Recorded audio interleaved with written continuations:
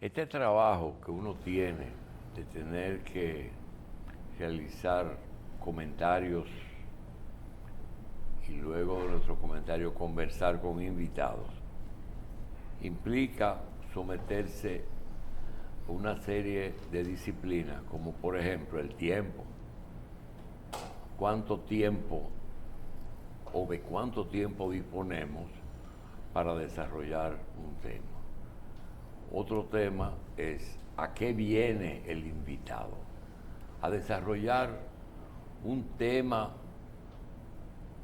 que quizás se pueda tardar 2 días, 4 días en desarrollar. El tema de los comentarios.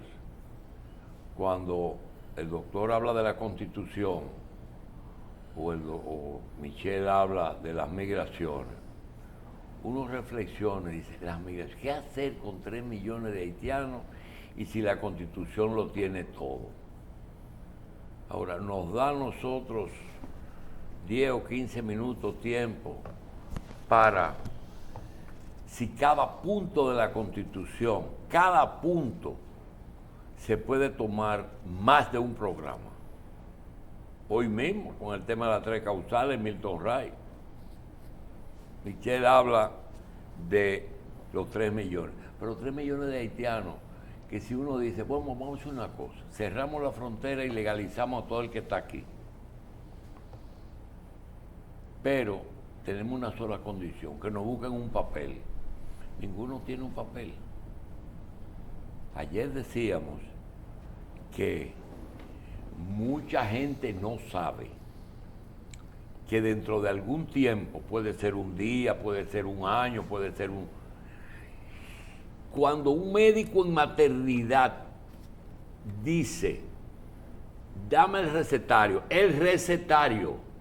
un recetario es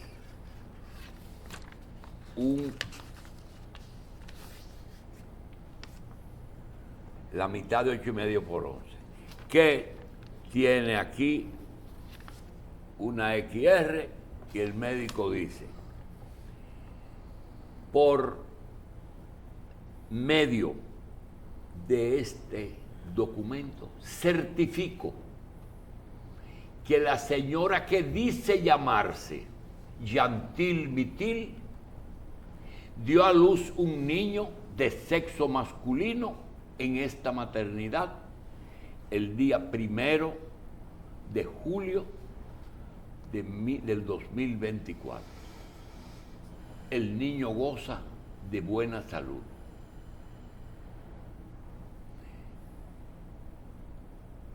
El padre desconocido.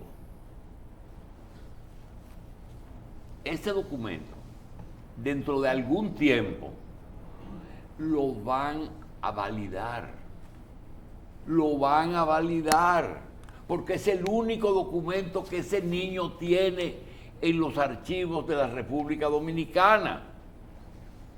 ¿Qué van a hacer? Yo no sé, pero ese lo van a validar. Quería decir eso porque nosotros tenemos un invitado que quisiéramos tratarle 4 puntos, pero disponemos solamente de 45 minutos. Yo le quiero preguntar a él, que tiene como norma que él no hace exposiciones mutiladas. Él le gusta desarrollar sus temas completos y eso nos tomaría posiblemente el siglo XXI para desarrollar lo que yo quiero. Yo quiero que él me diga, doctor, yo tengo 4 temas y quiero cubrirlo. ¿Cuántos minutos usted le va a dar a cada tema para yo poder saber si se pueden cubrir? Empecemos. Ajá. Bueno, doctor, hoy hay una efeméride que dice, Toussaint Louverture se proclama jefe supremo de la isla evocando el Tratado de Basilea en el año 1801. 1801. No existía ni la República de Haití ni la República Dominicana. Pregunta, esa es la base en que muchas personas justifican que la isla sigue siendo una e indivisible. ¿Bajo qué condición? ¿Quién gobernaba la isla cuando España le entregó la parte oriental a Francia? Mire, cuando Toussaint Louverture, que es un gran líder haitiano, junto con Dessalines, son los dos líderes fundacionales principales, hace esa proclama, lo hace en nombre de la República Francesa. De la República Francesa. como bien. Porque él era Muy gobernador. bien. Es Francia, él era gobernador de Francia. Él era gobernador francés en Haití. en Haití. Ya. Entonces, Mediante el tratado. no, claro, ese tratado se había firmado en 1795 y después, en 1815, las mismas potencias habían acordado deshacer ese pacto. Pero lo que es bueno recordar es que Toussaint, usted va al Arco del Triunfo y usted ve el nombre allá, Toussaint Louverture, general de la República Francesa, dentro de las glorias de la República Francesa. Porque es la República Francesa la que proclama la abolición de la esclavitud en Francia y en las colonias del Caribe. Eso lo hace en el pico de la Revolución Francesa, cuando el Partido Jacobino está dominando. De modo que, aunque hay un gran mérito que no podemos desconocer de las luchas de los esclavos que se sublevaron y que tiene como antecedente el levantamiento de Bodman, de Macandal. Ellos abolieron la esclavitud en Francia. Ellos abolieron la abolieron esclavitud y en las Antillas. Ya está. La abolieron en las colonias también. También. Okay, ahora, ¿por qué viene el problema después? Sí. Porque Toussaint empieza a actuar con relativa autonomía, se da una constitución sin autorización del gobierno de Francia, pero es una constitución para la colonia de Francia. Y como los ingleses estaban en la zona, en guerra con Francia y también con España, y aliado a veces con España, entonces Napoleón y su gente perciben que Toussaint puede estar buscando alinearse con Inglaterra o con España, y empiezan a perder confianza en ese gobernador que está actuando por la libre. ¿Y qué pasa? Llegan unos acuerdos allá, el acuerdo de San Ildefonso, entre Francia y España, porque todo esto está conectado con el proyecto de construcción del Imperio Francés de Norteamérica. No es tan simple. Cuando Leclerc viene aquí, viene con varios planes secretos. El primer plan era eliminar el liderazgo del ejército francés, de los ejércitos negros franceses en la isla, someter a los generales, empezando por Toussaint, y volver a restablecer la esclavitud. Lo que pasa es que la noticia de la esclavitud llega primero a Martinica. Doctor Castillo, un momentito. De 1801 en que él declara eso, al momento en que se declara el Haití independiente, Claro. ¿cuántos años pasaron? Pasaron 3 años, 4 años. En el 1804. En 1804. Muy bien. En 1804. Primero de enero de ¿Quién 1804. es el primer gobernante haitiano? Dessalines. Dessalines. Ok. Otra cosa. Cuando ellos asumen el territorio que hoy es República Dominicana, en 1822. Toussaint invade esta parte Con esa para desalojar a los españoles. a los españoles Y resulta que no puede lograr su objetivo. Manda a su hermano incluso al frente. Luego lo hace de esa línea una vez proclamada la República Francesa, la República Haitiana. Ahora, no se olvide que el plan era restablecer la esclavitud en la isla, y eso es lo que lleva al liderazgo haitiano a proclamar la independencia, pero sobre todo el plan último. Pero ya Francia no había abolido la esclavitud. Sí, Francia la había abolido, pero cuando Napoleón, acuérdense que Napoleón representa la contrarrevolución, el que viene a ponerle fin a los excesos de la revolución bajo el periodo jacobino. Entonces los colonos le plantean a Napoleón que para restaurar, acuérdense que 1/3 de la producción de Francia venía del Caribe. Entonces había un problema económico, porque ellos decían, si no restauramos la esclavitud, no es posible restaurar la riqueza de Francia. Y los ingleses sabían que estaban peleando con los franceses. ¿Cuál era el segundo plan? ¿El motivo que usó Haití para ocupar aquí en el 22? No, en el 22, Haití cometió un error estratégico grave y se lo explica en una carta famosa que todos los dominicanos deben conocer.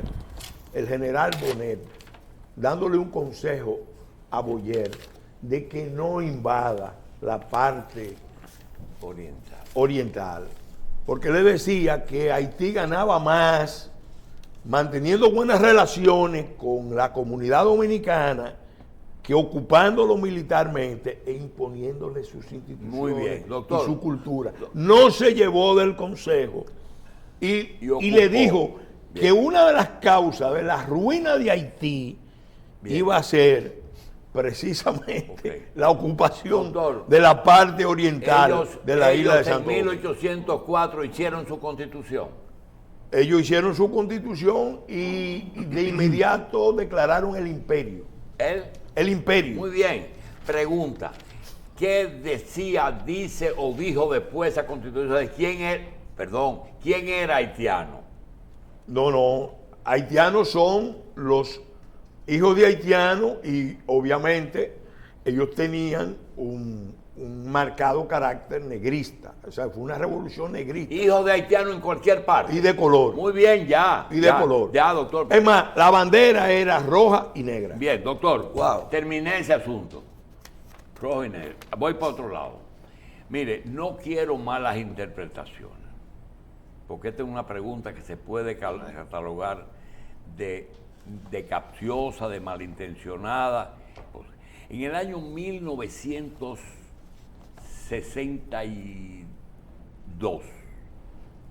61, en diciembre, llegó Juan Bosch al país. Y Juan Bosch hizo dos cosas. Una es elegir cómo él quería que lo llamen. Doctor, no, aquí doctor eran todos los trujillistas. Profesor, que era lo más sano que quedaba el maestro, ¿verdad? Y él era un maestro. Y cuando hizo el partido, empezó a buscar y encontró un muchacho de San Cristóbal, de color negro, que le dio entrada al partido y le dio cierta... Cuando él se va, ya ese muchacho era un líder en ese partido. Él tenía el problema de que algunos políticos, para adversarlos, le buscaban su origen y descubrían la verdad, que él era hijo de una pareja haitiana. Y eso prevaleció en las elecciones del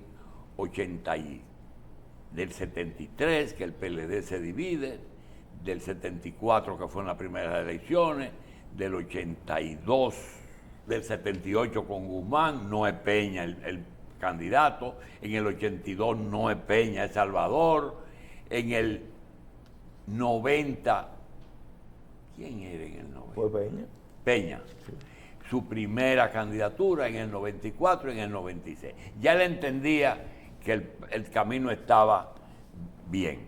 Ahora, él no, vuelvo y digo, no, él no, pero los que propugnaban por la fusión vieron en el doctor Peña el candidato ideal, porque era dominicano, ¿verdad? Nacido en Mao, no tenía ninguna razón para no ser dominicano, y era hijo de una pareja haitiana. Es decir, que para los haitianos era dominicano. Una pregunta sencilla y corta. Lo que hizo Toussaint en 1801, fusionó esto, ¿es lo que, o fue lo que pretendían hacer algunos en 1994 con la campaña de Peña, sin Peña, aunque lo sabía y le tenía temor a eso, por eso aceptaba siempre los resultados? Él no discutió nunca unos resultados. Pregunta, ¿tenían la misma intención de que Peña a la larga podría ser el que unificara la isla? Mire, doctor Jacín, yo le voy a referir 3 testimonios. No voy a mencionar los nombres, que están muertos o fueron testimonios dados, 4 testimonios dados en intimidad. Entonces yo tengo que cuidar eso. Hablando con un alto jerarca del empresariado, de los más grandes del país,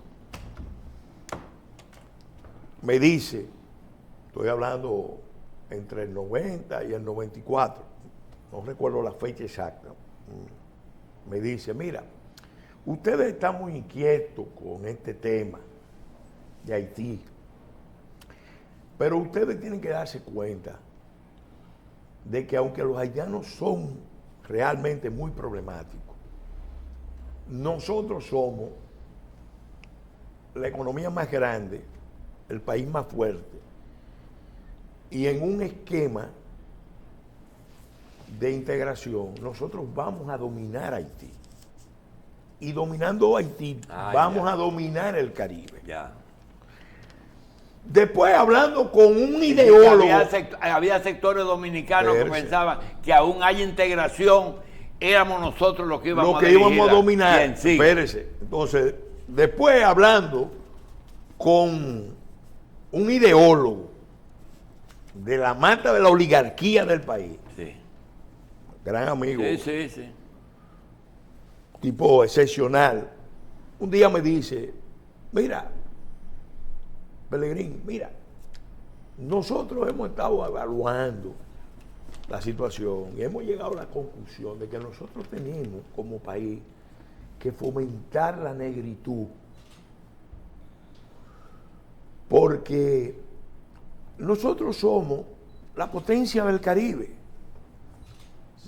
y la oposición que hay en Haití y en el Caribe a República Dominicana tiene que ver con el discurso de que nosotros somos racistas.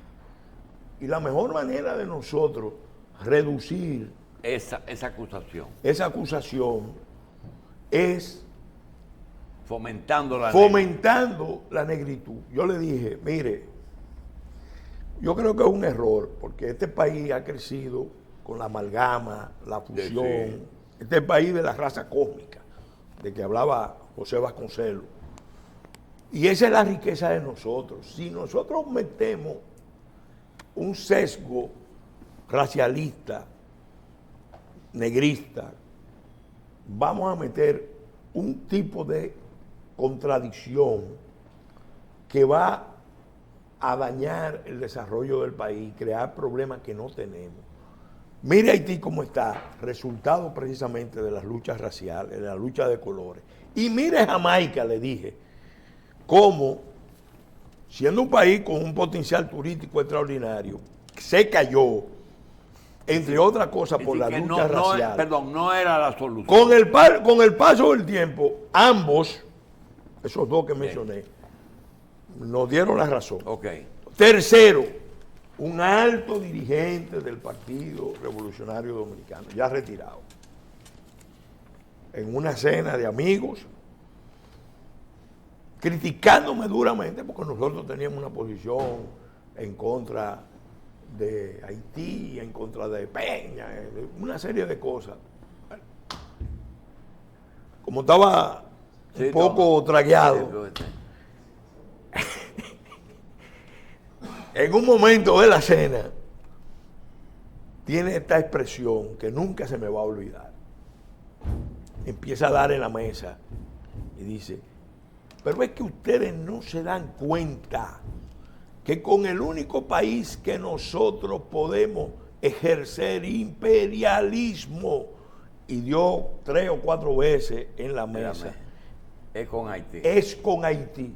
Y yo le dije, pero ¿quién te dijo a ti que nosotros tenemos que ejercer imperialismo con Haití o con cualquier otro país? Bien. Entonces, esa es la posición. Había otro, también de alta jerarquía dentro del Partido Revolucionario Dominicano, que me dice,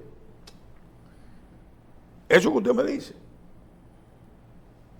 el doctor Peña Gómez es un líder nacional dominicano, ustedes están con el tema, pero nosotros sabemos que es de origen haitiano. Yo le dije, mira, el problema que está planteado es que esto está coincidiendo, ese proyecto que ustedes tienen, que Balaguer tenía ascendencia haitiana, Trujillo tenía ascendencia haitiana, Lili tenía ascendencia haitiana, pero esto está coincidiendo con un plan americano en Haití de intervención, y eso es sumamente peligroso porque están por abrir campamento aquí. Y usted sabe lo que me dijo, mira, nosotros lo estamos apoyando porque verdaderamente es el único que nos puede llevar al poder. Oye, pero nosotros sabemos que si él se equivoca con el asunto de la dominicanidad, nosotros somos los primeros que lo vamos a eliminar. Doctor, óigame, y cuando me dijo así, yo le dije, ¿cómo? Entonces ustedes están haciendo ese cálculo consciente de todo el riesgo que eso implica en esta coyuntura, con los gringos cercando la isla y presionando para que abramos campamentos, con la idea de que ustedes van a responder por la dominicanidad. Entonces, obviamente, él tenía una doble condición, porque nadie discute su liderazgo popular, nacional, incluso sus posiciones. Doctor, escúcheme, mire, le prometo que no le voy a hacer la última pregunta del tema haitiano, que es ¿cuál es su posición? Porque yo tengo planes, perdón, yo tengo planes con usted, porque yo puedo hacer planes con usted. Yo haga, apueste. Pero, termino el tema haitiano. Doctor, ¿por qué su muro tiene problemas? Mire, ese muro para mí fue una complacencia del doctor Abinader con su pariente. Lo único que te pudo dar fue el muro. No, mire. El muro es un proyecto antiguo que se le planteó a Jacinto Peinado cuando era vicepresidente. Lo planteó Israel. Sí. Después se le planteó a Hipólito Mejía. Mira, se metió el hombre, mira. Sí. Mira. Se fue el hombre por el Es una verja. Se metió por Eso es una verja. Sí, el muro, la concepción del muro que nosotros tenemos es otra cosa. Es otra cosa. Se le planteó a Jacinto Peinado. A Hipólito Mejía. También. Sí. A Hipólito Mejía y a las Fuerzas Armadas. Pero en ese momento el ambiente no estaba para eso. Y se le planteó formalmente a Leonel Fernández. Y se le planteó a Leonel Fernández un contexto diferente porque ya empezaba la guerra mundial contra el terrorismo. Y esta era una frontera delicada porque es una frontera dentro de otra frontera. Ese no es el muro que usted decía. Ese no es el muro. No, pero ¿qué pasa? Luis Abinader el PRM y el PRD nunca aceptaron el muro. Sin embargo, una cosa son los hechos, una cosa son las visiones que usted tiene ideológicas y otra cosa son los hechos. Los hechos, a partir del 2017, cuando se retira la MINUSTA y en Haití empiezan a cuestionar la hegemonía que estaba ejerciendo el liderazgo empresarial y político dominicano sobre Haití. Porque no se olvide de eso, que entre el 17 y el 20 hay una movilización inmensa en contra del esquema que montó Clinton, presidente Clinton, y montó Edmund Mulet, de la alianza estratégica de los grupos poderosos económicos en la isla. Entonces, como había ese movimiento, bueno, gana Trump y Trump pone al mundo entero a ver el muro ya como una cuestión muy común. Aquí, en ese momento, cuando Luis Abinader gana, ya se habían hecho encuestas. El pueblo dominicano quiere el muro. Ya nosotros habíamos recogido 80,000 firmas para someter el muro como iniciativa popular legislativa en la Fuerza Nacional Progresista. Y Vinicio lo había presentado ya como resolución, pero la gente lo estaba apoyando. Entonces, la línea del gobierno americano era que se construyeran muros. Y esta es la tercera frontera de Estados Unidos, no se pierda. Sí. Entonces, ¿qué pasa? Luis Abinader, al inicio del gobierno, vio bien, especialmente por la propuesta de Israel. Israel siempre ha querido que República Dominicana haga una alianza estratégica de seguridad, porque sabe perfectamente que en esta región, y eso lo sabe de muchas formas, en esta región hay una situación de seguridad delicada. Entonces, ¿qué pasa? Empezó el muro.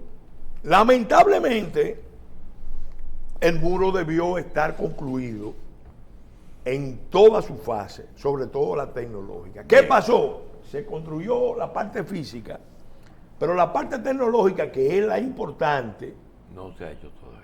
no se ha hecho. Y se puede decir que se ha bloqueado porque hay intereses insulares de este lado y de aquel lado, intereses internacionales que no quieren que haya Eso muro. con respecto. Y eso lo había firmado el presidente quiero, Moïse. no quiero producirle ni estrés ni ansiedad de que se quede en cosas. Doctor, ya usted nos habló un poquito sobre Haití. Suficiente para dejar claro que dentro de los políticos dominicanos activos, usted está entre los primeros que conocen no solamente el problema haitiano, sino el origen. Esto no fue una coincidencia. Hoy nosotros iniciamos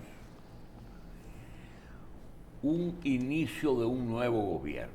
Ese nuevo gobierno podría ser un gobierno de realidades porque no está comprometido, según él mismo dijo, con una reelección. La reelección limita mucho y limita con los aliados, limita con los colaboradores, etc.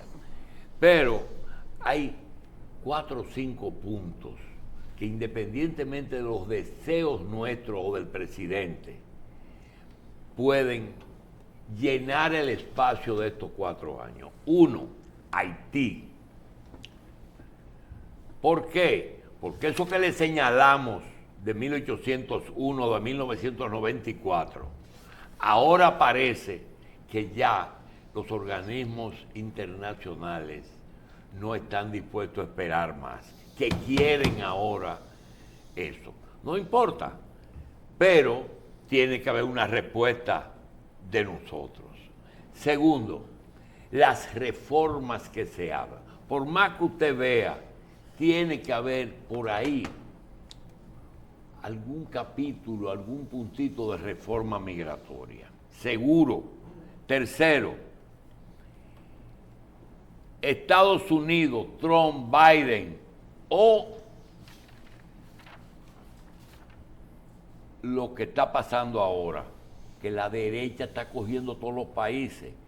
¿Qué significa para usted el avance de las derechas y quién puede ganar? Si eso puede influir en la presión hacia República Dominicana o puede disminuir.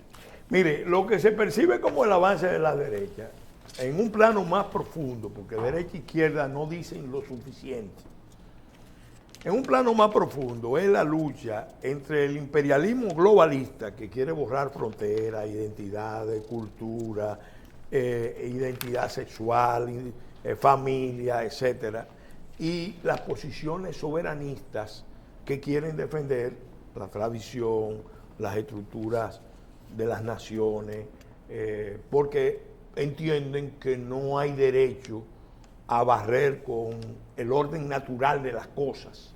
Lo que ha construido la humanidad a lo largo de los siglos, esta gente lo quiere barrer desde una posición imperialista.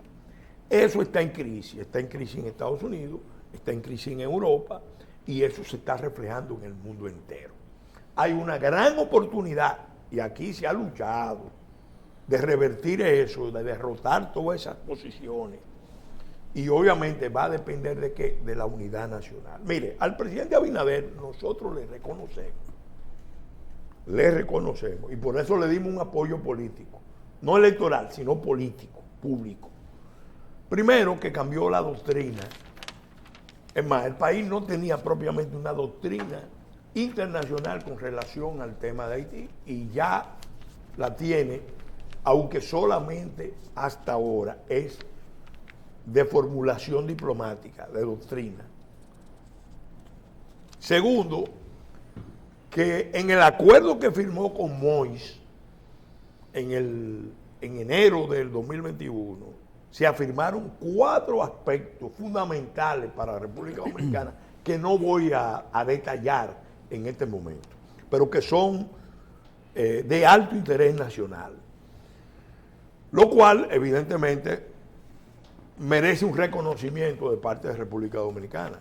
Con relación a ese tema que ustedes estaban tratando, de la documentación, el hecho de que un presidente haitiano reconociera que ellos tienen la obligación de documentar a sus nacionales, estén donde estén, es muy importante. Entonces, tercero, cuando se produce la crisis del asesinato de Moïse, fue evidente que había todo un interés de dañar a la República Dominicana, y hubo una manifestación de energía del país, de unificación del país frente a eso.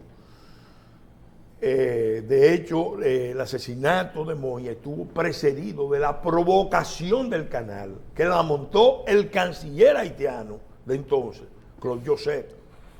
Claude Joseph se dedicó a usar el canal como un factor de desestabilización de Moïse y después de hostilidad y confrontación con República Dominicana. Entonces, ¿qué pasa? En todos esos aspectos nosotros hemos estado respaldando al presidente, pero sobre todo porque nosotros, y cuando digo nosotros me refiero a muchos sectores de la vida nacional, el Instituto Boltiano, por ejemplo, le pidió a la clase política que firmaran. Pero puede Abinader con solo el discurso vencer sin los hechos, porque los números, perdón, sí, los números no dan otra cosa. Ahí va. Espérese, doctor. Mire, doctor, para que termine ahí. No le hemos tratado el punto de la gestión de Abinader estos 4 años, de que el gabinete, si Hipólito va a dominar, eso son pendejadas que no, para el tema que nos invitamos no es eso. El tema es el siguiente. Hay una campaña que comienza, una campaña en que lo que se habla es de los hijos de, que la hija de Hipólito, el hijo de doña Zaida, el hijo de Fello, el hijo de Welling, el hijo de Jorge, el nieto de Jorge Blanco, todas esas pendejadas te lo dice David Collado, Omar Fernández, pero resulta que Esos son perdón, menores. ninguna de esas personas Esos son ligas menores, doctor. conocen absolutamente nada de lo que nosotros estamos hablando. Ninguno, ¿eh? Usted no lo puede sentar ahí y hablarle del 1801. Y de soberanía menos, porque lo que necesitan saber, ¿y qué está pensando el nuevo embajador de los Estados Unidos? En eso es que están todos. Yo pregunto, ¿cuándo es que toda esa retórica que hemos desarrollado, que dice, ¿quién es el dominicano que mejor conoce el problema dominico-haitiano? ¿Quién ha sido el dominicano que sin ser de un partido mayoritario ha desempeñado mejor funciones de legislador en República? Y ahí está no es que yo lo digo, que vean los proyectos. Quiero decirle, ¿usted estaría dispuesto a permitir que algún sector piense en Pelegrín Castillo para el 28 o usted todavía no ha pensado en eso? Mire, doctor, estamos en el momento más crítico de la historia de República Dominicana.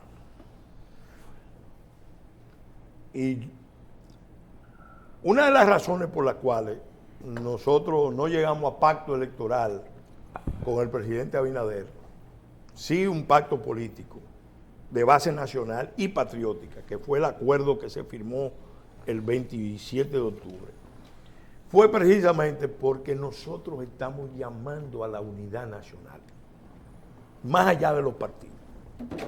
Porque sabemos que en todos los partidos hay dominicanos y dominicanas que sienten que hay que producir una respuesta de Estado, de nación. Entonces, yo estoy decidido, determinado, incluso ya activo, a convocar, a jugar un papel, junto con mucha gente más, en la formación de ese movimiento patriótico nacional. Y si en el curso de estos 4 años de recomposición de la fuerza, cuando termina el ciclo político, porque el ciclo político que abrió Leonel Fernández en el 96 terminó ya en el 24, y el ciclo histórico que se abrió en el 90 con el nuevo orden mundial que anunció el presidente Bush, está ya desde el año 20 propiamente en proceso de derrumbe. La globalización que se pensó se está derrumbando. Entonces, el país tiene que unirse para enfrentar este periodo. Y yo estoy dispuesto a jugar el papel que el pueblo dominicano entienda que uno puede y debe jugar. Pero lo primero es lo primero. La lucha es nacional patriótica y la lucha electoral, partidaria, presidencial, en este caso, en este contexto, en esta coyuntura, tiene que cimentarse sobre un fuerte movimiento patriótico nacional. Hablar de soberanía tendría algún valor en este momento. No solamente hablar, que es uno de los temas pendientes. Nosotros firmamos un pacto, que ahí está todo el programa básico para hacer un gran cambio y darle sustento al discurso exterior del Estado dominicano. Pero el músculo de la soberanía, que es algo que yo se lo he dicho a mi amigo, el presidente Abinader, se lo he dicho al doctor Leonel Fernández, nuestro amigo también, se lo he dicho a la gente del PLD. ¿Por qué la campaña que siempre ha tenido por la soberanía nacional, no voy a decir la fuerza, Pelegrín, no ha recibido? ¿Por qué la izquierda no cree en la soberanía? ¿Cree en el internacional? Mire, lo que pasa es que no vamos a distinguir. Hay gente de pensamiento de izquierda que tiene una comprensión cada vez más clara de lo que está pasando.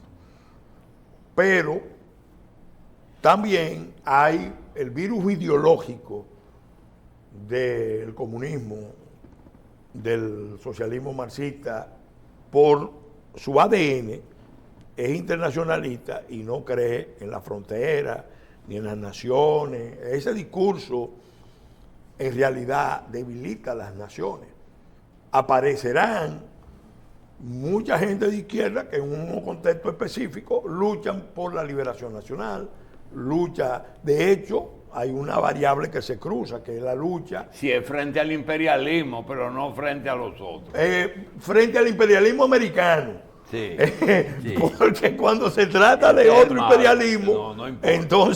entonces afirmar la soberanía de la nación no es una tarea fácil. Pero hemos ido ganando batallas, porque ahora hay más conciencia. Mire, antes, le voy a decir, hace unos años, la mayoría de la gente no aceptaba la idea del muro. Ahora no se está discutiendo el muro. Ahora las críticas van a que el muro que se está construyendo es una verjita de gallinero. Más fuerte. Le están diciendo así. Fíjese que ya hemos dado un salto y la gente está clamando por una reacción nacional, porque es que esto afecta la vida de todos los dominicanos. En materia de seguridad, el 20 a 25% de los hechos violentos que se cometen en República Dominicana involucran a un haitiano. En pérdida de la cohesión social y territorial del país. Hay 476 asentamientos en crecimiento que ejercen un efecto llamada hacia acá. En los servicios de salud, una situación gravísima, lo saben las autoridades porque lo hemos hablado.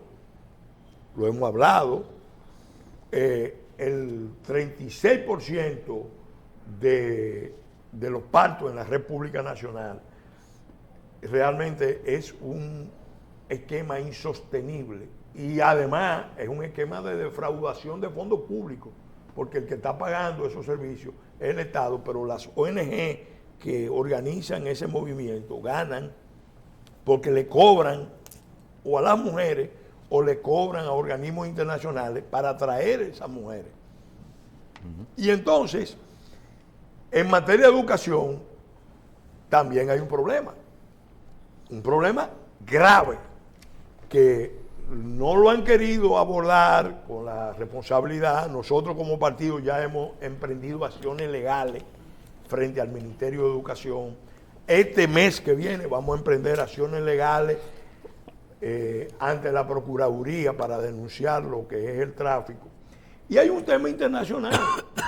Claro, nosotros lo hemos dicho, yo he dicho, y se lo dije a un importante grupo de líderes haitianos con los que me reuní en el 2009. Manuel Núñez y yo fuimos a una reunión y le dijimos claramente, los mejores aliados de la nación haitiana somos nosotros. Los peores enemigos de la solución dominicana a los problemas de Haití somos nosotros. Porque hay solución a los problemas de Haití en Haití. Pero mientras no se cierre la posibilidad, la opción, la expectativa, esa que yo mencioné al principio, un grupo de gente aquí creyendo que van a ser hegemónicos en Haití. Eso es una locura.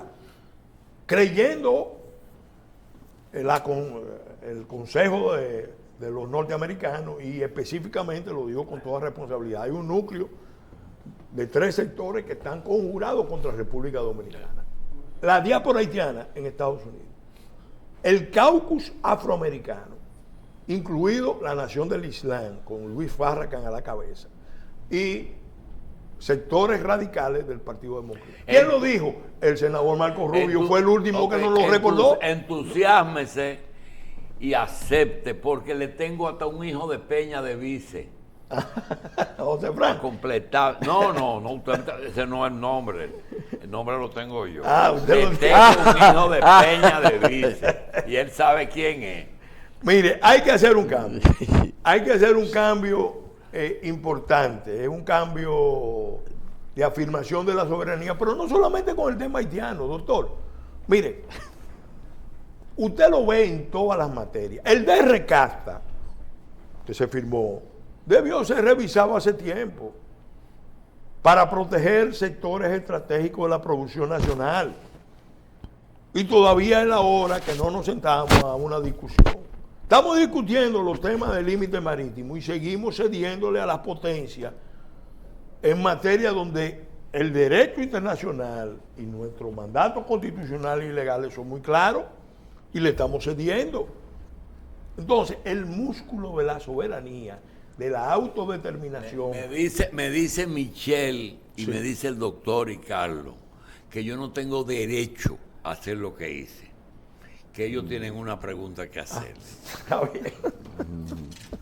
Doctor, la reforma de la Constitución en este momento, ¿cuáles son los, si nos vamos a abocar a una reforma de la Constitución, solamente usted entiende que nosotros debemos de tocar los dos puntos que se están hablando básicos, uno de un candado hacia la reforma para lo que tiene que ver con la reelección presidencial y la otra de independencia de la justicia Mire, o del Ministerio Público? yo al presidente Abinader le he dicho públicamente y se lo he comunicado por escrito que en orden de prioridades lo más importante de todo, más que la reforma constitucional, más que que la misma reforma fiscal, está el cumplimiento del pacto que fue convocado por él el 27 de febrero y que se firmó el 27 de octubre. Entonces, yo creo que esa es la prioridad, porque si perdemos el país, toda esta discusión constitucional es una constitución vana, fútil. Entonces, ya en el plano de la reforma constitucional, en mi apreciación, que fui el único legislador que fue miembro de la comisión de juristas que redactó el proyecto de reforma constitucional y que después tuvo el privilegio de ser miembro de la comisión redactora final del texto constitucional. Yo creo que si se va a tocar la Constitución, debe tocarse solamente en áreas muy puntuales, muy precisas, no abrirla. Porque en este momento de grandes crisis, el compromiso de las clases dirigentes es organizar la transición de un ciclo a otro con la menor expectativa de turbulencia y de conflictos internos. Entonces, concretamente, la reforma más prioritaria es ordenar las elecciones de una manera diferente.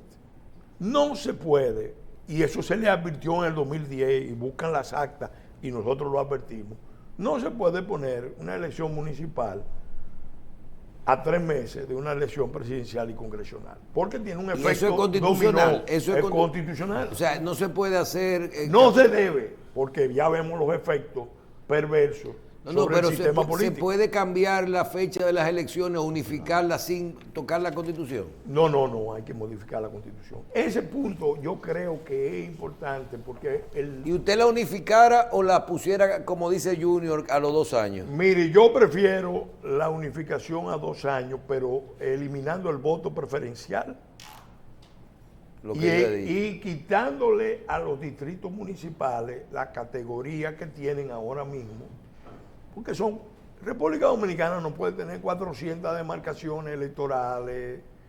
Eso encarece enormemente la política. Parte del conflicto que tenemos ahora, que tienen los partidos, tiene que ver con el voto preferente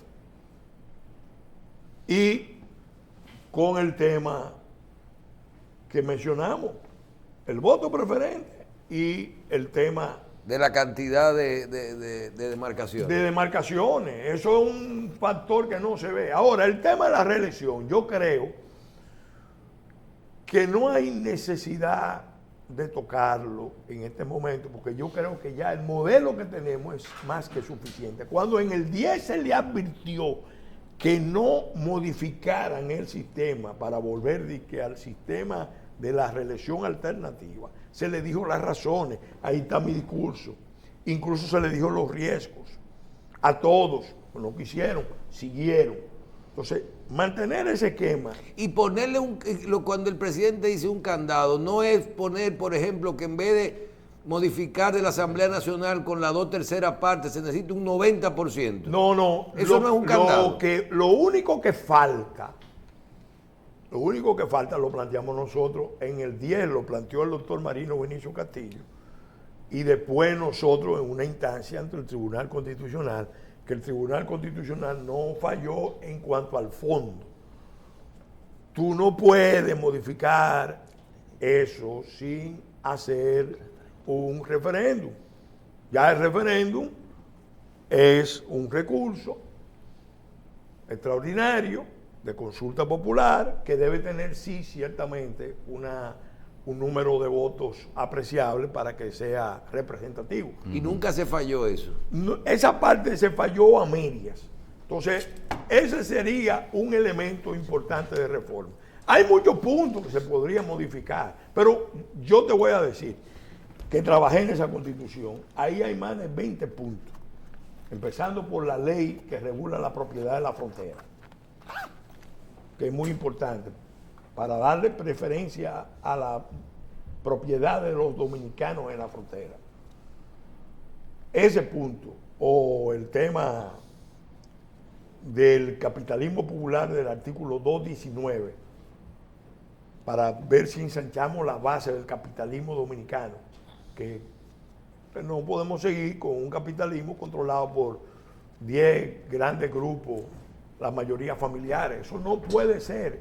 Esto, el gran cambio, para simplificar lo que tiene la República Dominicana, es decidir, demostrar, porque hay que demostrarlo, que no somos la finca con pasaporte de unos cuantos dueños, que somos un proyecto nacional republicano, integrador, fuerte, que tiene una base constitucional, y una de las maneras de lograrlo es con la aplicación del párrafo del artículo 219 de la Constitución de la República, para ampliar las bases del capitalismo dominicano. Ahora que se está hablando de reforma fiscal, ese debería ser un elemento importante, porque cuando se habla de reforma fiscal integral hay que hablar de ingresos y de egresos, pero también de activos y de pasivos. ¿Cómo lo gestionamos? Doctor, justo en mi comentario hablaba de este libro, en el que hacemos muchos énfasis, sobre todo en los derechos civiles y políticos. Pero el bloque fundamental de los derechos sociales y económicos lo tocamos someramente. ¿Hay compromiso o ha habido compromiso de la clase política nacional con lograr darle tiempo y maduración a este instrumento para que las instituciones y la calidad de vida de la gente mejore? Mire, yo puedo confesar la gran decepción que tengo, porque a 14 años de haber votado esa Constitución, yo estuve, como decía el anuncio de H, desde la varilla inicial a la pintura final. Qué bien. En esa Constitución. La gran decepción que uno tiene, que uno ve, es que, bueno, cambiamos el texto y se considera una de las mejores constituciones de la historia dominicana, si no la mejor, y se puede decir la más consultada, la más participativa. Sin embargo, los mismos actores que auspiciaron eso han estado de una u otra manera bloqueando mucho de su mandato, de la peor manera. Entonces uno ve que hay una disociación entre lo que se plantea Y lo otro. en la parte jurídica, constitucional, formal, y lo que se hace de manera efectiva, real, la Constitución real, esa de que nos hablaba Ferdinand Lasalle, de que la Constitución que no es sustentada por fuerzas reales de poder se convierte en un pedazo de papel. Bien, hay algo, volviendo a lo que tiene que ver con Haití, uno dice, oye, pero por el camino entre Haití y otros países hay una distancia considerable, pero vinieron de Kenia, medio planeta, para venir a resolver un problema aquí al lado de nosotros. Entonces, ya están ahí, hay una canciller nueva en Haití que se llama Dominique Dupuy. Parece como si lo hubiéramos mandado desde aquí por ese nombre. Pero ese apellido Dupuy está aquí. ese fue un apellido que, según tengo entendido, vino con la intervención norteamericana. Pero mire, tengo entendido que kenianos en Haití, habiendo Bukele propuesto, dice que él podía participar de alguna manera, habiendo toda una región aquí que debió haber sido más solidaria. Entonces, los propósitos reales de eso, entonces, desde el punto de vista, ¿cuál es? Mire, entendamos que estamos en guerra mundial híbrida de cuarta generación y que el frente más caliente, más intenso, más peligroso está en Ucrania, en Europa del Este, sí, entre la OTAN y Rusia, pero se han abierto otros frentes y uno de los frentes más delicados es el frente del Sahel, la zona que se encuentra al sur del Sahara, la zona subsahariana, sí, y África Occidental también. ¿Qué pasa? Los chinos y los rusos en esta confrontación y a distancia Irán están alentando el surgimiento de movimientos nacionalistas militares que tomen el poder y empiecen a desafiar a Occidente. De hecho, las mismas contradicciones que se dan en Occidente, ustedes recordarán el discurso de Giorgia Meloni contra sí, Macron, hablando de lo perverso que resultaba la política, la influencia de Francia en la Francafrique. Un ataque brutal de la jefa de gobierno de Italia al presidente de Francia. Entonces, ¿qué pasa? Se han dado 6, 7 golpes de Estado en la zona del Sahel. El último se dio en Níger. Esa junta militar del Níger, país mayor productor de uranio, gran productor de oro, es muy significativo porque ellos empezaron a reclamar el desalojo de la presencia militar norteamericana en la zona. Y los norteamericanos han empezado a retirarse de la zona. Y obviamente, en la medida en que se están retirando de esa zona de África Occidental, están buscando fortalecer su presencia, especialmente en una zona cercana a África Oriental, porque lo que se está viendo ahora en la otra zona de conflicto que se abrió con Gaza, Líbano y Yemen, que es un eje sí, apoyado por Irán, lo que se está viendo ahí es que esa zona puede convertirse en una zona muy estratégica. Entonces Kenia está en África Oriental. Al presidente Ruto lo llevan a Washington y le dan la condición de principal aliado de Estados Unidos. No, y le iban a dar unos pesitos para eso. Fuera de la OTAN. Sí. Oye el título. Pidió 400. Óyeme, fuera de los títulos le dan la condición de principal aliado, aliado estratégico. Y además lo ponen a dirigir parte de los trabajos de la cumbre de Ucrania. O sea, lo están comprometiendo ya con la política global, entendiendo que Kenia es un país con más solidez que la mayoría de los que están ahí. ¿Qué pasa? Pero ellos no hablan mucho. Ellos llegaron a Haití 400 y a los 2 días mataron 35. Oye, lo que pasa, sí, mira, lo que pasa es que Kenia ahora mismo está en una situación de precariedad interna. Y pudiera darse, fíjate que ellos han vacilado mucho para comprometerse. Ellos dijeron, asumimos el liderazgo, porque esa es la patria de Obama.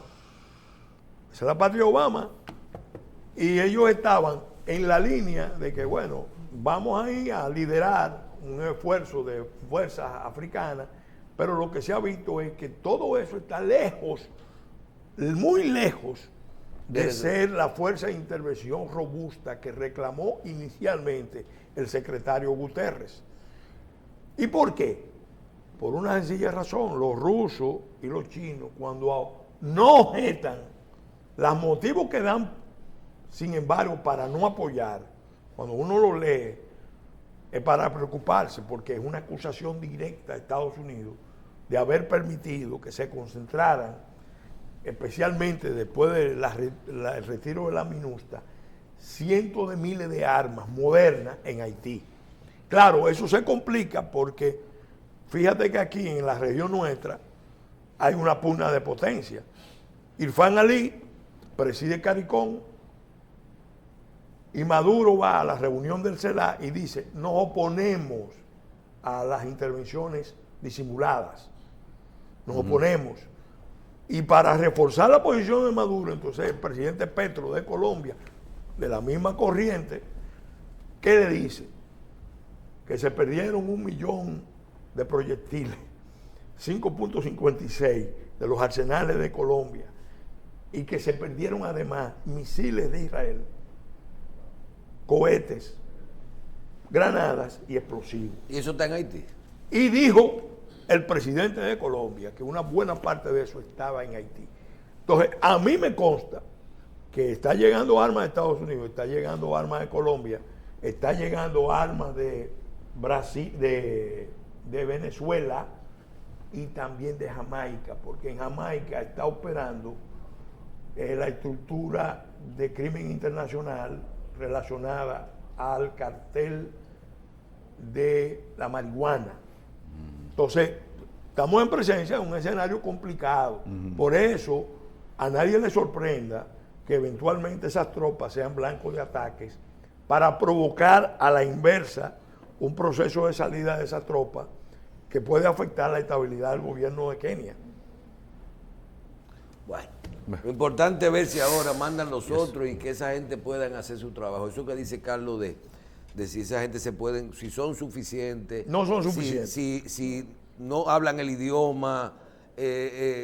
Por lo menos vi una reacción de que si son los primeros son policías, que los segundos 4.000 son militares, yo no sé. Son fuerzas especiales, vamos a estar claros. Los que están ahí son fuerzas especiales. Bueno, pero eso sí le dieron duro. Yo creo que se está manejando bien la información porque no le están dando muchas notas a eso, porque si mataron en un solo enfrentamiento 35 la misma noche que llegaron.